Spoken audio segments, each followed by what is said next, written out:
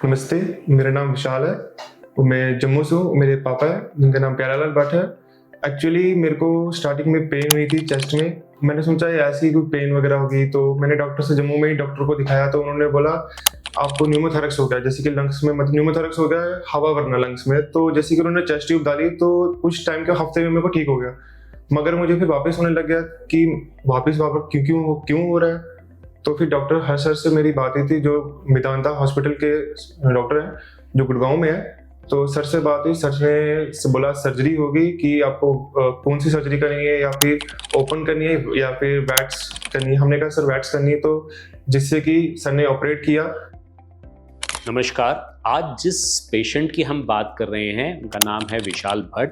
वो जम्मू से मेरे पास आए थे एक बहुत ही कॉमन प्रॉब्लम को लेके, लेकिन आज हम वो प्रॉब्लम नहीं डिस्कस करेंगे। उनको बेसिकली प्रॉब्लम क्या थी, उनको न्यूमोथोरैक्स हुआ था, मतलब छाती में हवा भरने की वजह से उनको ट्यूब डाल दी गई थी और हमारे पास भेज दिया गया।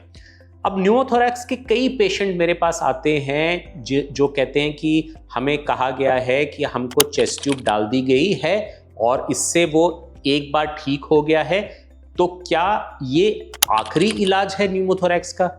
तो इन पेशेंट्स के लिए मेरा जवाब हमेशा ये रहता है कि हाँ, 50% जो पेशेंट्स होते हैं प्राइमरी स्पॉन्टेनियस न्यूमोथोरैक्स के, उनमें सिर्फ चेस्ट ट्यूब डालने से ही उनका इलाज हो जाता है। बट उनका लाइफस्टाइल बहुत ज़्यादा रिस्ट्रिक्ट कर दिया जाता है, मतलब कि उनको कहा जाता है कि आप बहुत ज़्यादा खेल कूद नहीं कर सकते, आप फ्लाइंग नहीं कर सकते, आप स्कूबा नहीं कर सकते, हाई माउंटेनियरिंग नहीं कर सकते, आप कोई भी ऐसी स्पोर्ट एक्टिविटी जिसमें बहुत ज़्यादा एक्सर्शन हो वो नहीं कर सकते। अब सोचिए एक 20-25 साल का जो लड़का होगा, अगर आप उसको बोलते हैं कि न्यूमोथोरैक्स ना हो, इसके लिए आपको इतना रिस्ट्रिक्टेड लाइफस्टाइल जीना है, तो कैसे चलेगा?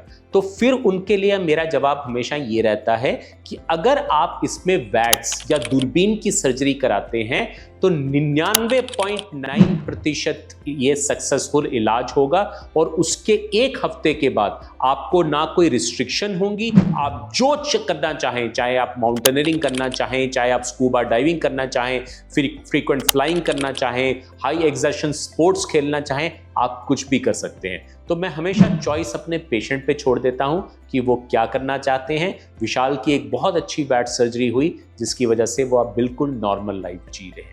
Thank you.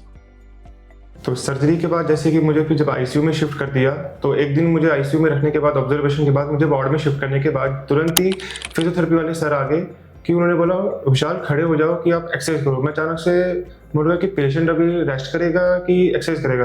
तो जैसे कि सर ने बोला नहीं आपको एक्सरसाइज करनी है, तो उन्होंने मुझे तुरंत फिजियोथेरेपी रूम में एक्सरसाइज कराने ले गए। आधा घंटा दिन में 4 बार ही करना था एक्सरसाइज। तो जैसे कि वहाँ के फिजियोथेरेपी के सर बड़े अच्छे थे, नेचर उनका बड़ा सही था।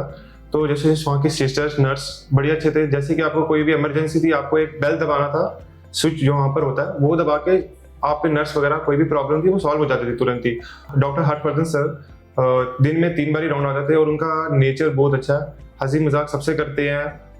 उन्होंने बहुत अच्छा ट्रीटमेंट किया। डॉक्टर साहब, पूरे अरविंद साहब का टीम है इनका, हरदर्शन साहब की टीम का बहुत बहुत धन्यवाद कर रहे हैं। इनका टीम का पूरा, जैसे सिस्टर है, नर्सिंग के सिस्टर है, कोई जो भी है वहाँ पर, जैसे हर चीज़ का है, उन्होंने इनका बहुत अच्छा ध्यान रखा है।